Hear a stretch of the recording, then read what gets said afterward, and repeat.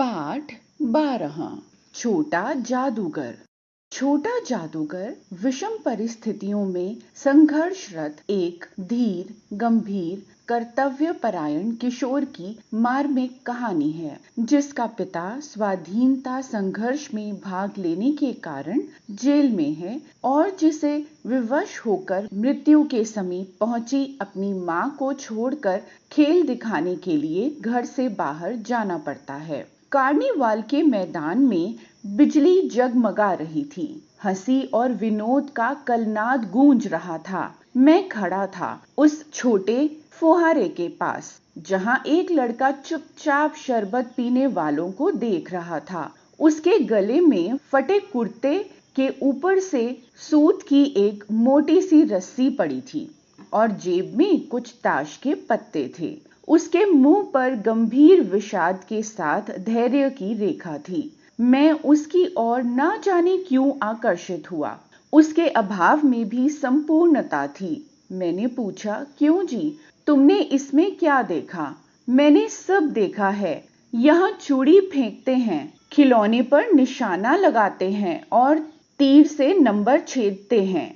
मुझे तो खिलौनों पर निशाना लगाना अच्छा मालूम हुआ। जादूगर तो बिल्कुल निकम्मा है। उससे अच्छा तो ताश का खेल मैं ही दिखा सकता हूँ। उसने बड़े विश्वास से कहा। उसकी वाणी में कहीं बनावट ना थी। मैंने पूछा, और इस पर्दे में क्या है? वहां तुम गए थे?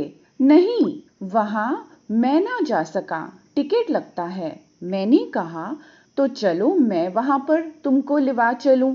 मैंने मन ही मन कहा, भाई आज के तुम ही मित्र रहे। उसने कहा, वहां जाकर क्या कीजिएगा? चलिए निशाना लगाया जाए। मैंने उससे सहमत होकर कहा, तो फिर चलो पहले शरबत पी ली जाए। उसने स्वीकार सूचक सिर हिला दिया। मनुष्यों की भीड़ से जाड़े की संध्या भी वहां गर्म हो रही थी। हम दोनों शरबत पीकर निशाना लगाने चले। राह में ही उससे पूछा, तुम्हारे और कौन है? माँ और बाबूजी। उन्होंने तुमको यहाँ आने के लिए मना नहीं किया? बाबूजी जेल में हैं। क्यों? देश के लिए, वह गर्व से बोला। और तुम्हारी माँ? वह बीमार है और तुम तमाशा देख रहे हो। उसके मुख पर तिरस्कार की हंसी फूट पड़ी। उसने कहा, तमाशा देखने नहीं निकला हूँ।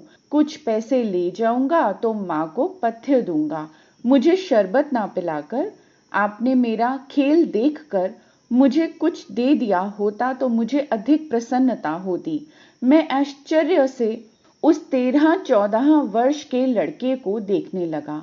हाँ, मैं सच कहता हूँ बाबूजी, माँ जी बीमार हैं, इसलिए मैं नहीं गया। कहाँ? जेल में। जब कुछ लोग खेल तमाशा देखते ही हैं तो मैं क्यों ना दिखाकर माँ की सेवा करूं और अपना भी पेट भरूं। मैंने दीर्घ निश्वास लिया। चारों ओर बिजली के लट्टू नाच रहे थे। मन व्यग्र हो उठा।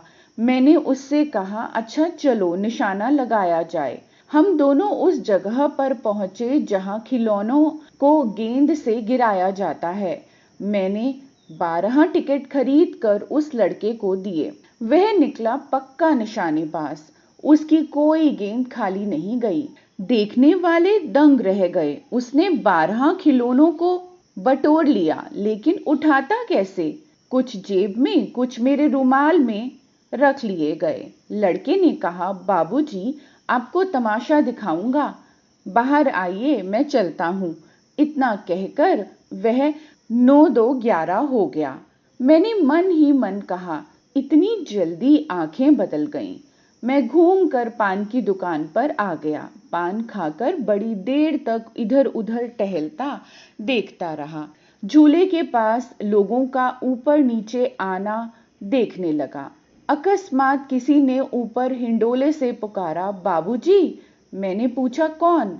मैं हूँ छोटा जादूगर, कलकत्ता। अब कोलकाता के सुरम्य वनस्पति उद्यान में लाल कमलिनी से भरी हुई एक छोटी सी झील के किनारे घने वृक्षों की छाया में अपनी मंडली के साथ बैठा हुआ मैं जलपान कर रहा था। बातें हो रही थीं। इतने में वही छोटा जादूगर दिखाई पड़ा। मस्तानी चाल से झूमता हुआ कहने लगा, बाबूजी नमस्ते, आज कहिए तो खेल दिखाऊं?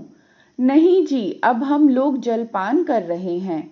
मैं क्रोध से कुछ और कहने जा रहा था, तभी श्रीमती ने कहा, दिखलाओ जी, तुम तो अच्छे आए, भला कुछ मन तो बहले।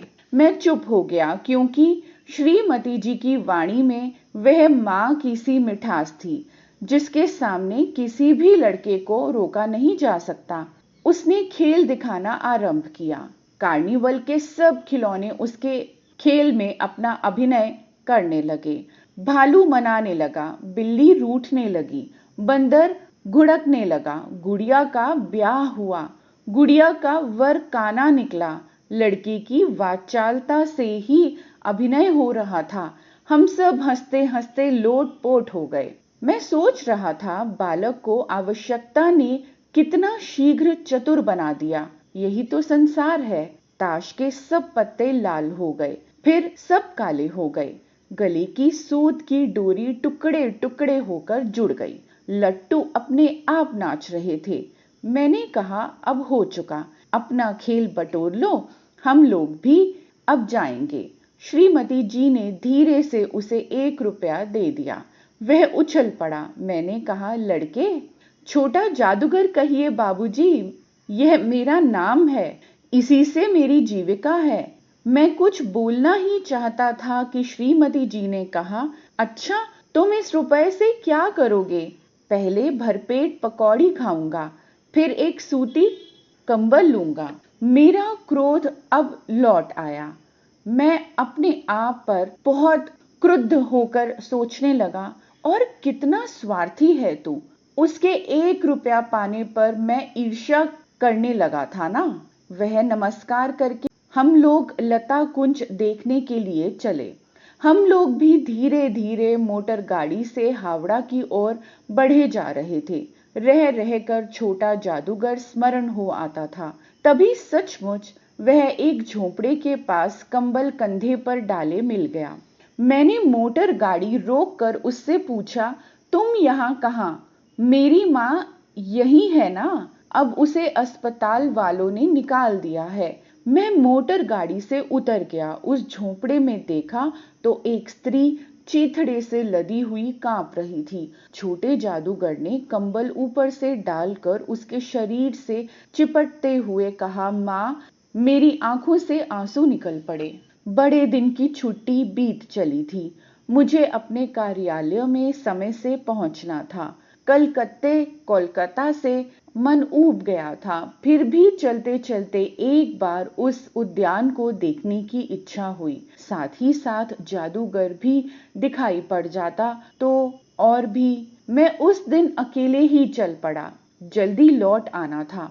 10 बज चुके थे। मैंने देखा कि निर्मल धूप में सड़क के किनारे एक कपड़े पर छोटे जादूगर का रंगमंच सजा था। मैं मोटर गाड़ी रोककर उतर पड़ा। वहां बिल्ली रूठ रही थी, भालू मनाने चला था, ब्याह की तैयारी थी।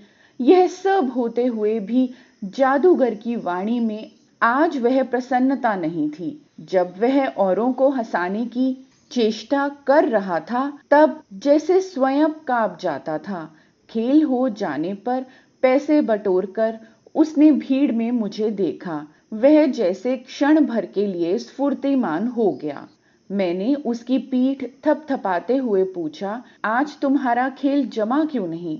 माँ ने कहा है कि आज तुरंत चले आना, मेरी अंतिम घड़ी समीप है, अविचल भाव से उसने कहा। तब भी तुम खेल दिखाने चले आए? मैंने कुछ क्रोध से कहा। उसके मुंह पर वही परिचित तिरस्कार की रेखा फूट पड़ी। उसने कहा, क्यों न आता? और कुछ कहने में जैसे वह अपमान का अनुभव कर रहा था। क्षण भर में मुझे अपनी भूल मालूम हो गई। उसके झोले को अपनी मोटर गाड़ी में फेंककर उसे भी बैठाते हुए मैंने कहा, जल्दी चलो। कुछ ही मिनटों में मैं झोंपड़े के पास पहुंचा।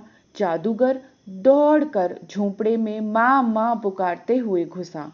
मैं पीछे था, किंतु स्त्री के मुंह से बे निकल कर रह गया। उसके दुर्बल हाथ उठकर गिर गए। जादूगर उससे लिपटा रो रहा था। मैं स्तब्ध था। उस उज्जवल धूप में समग्र संसार जैसे जादू सा मेरे चारों ओर नृत्य करने लगा।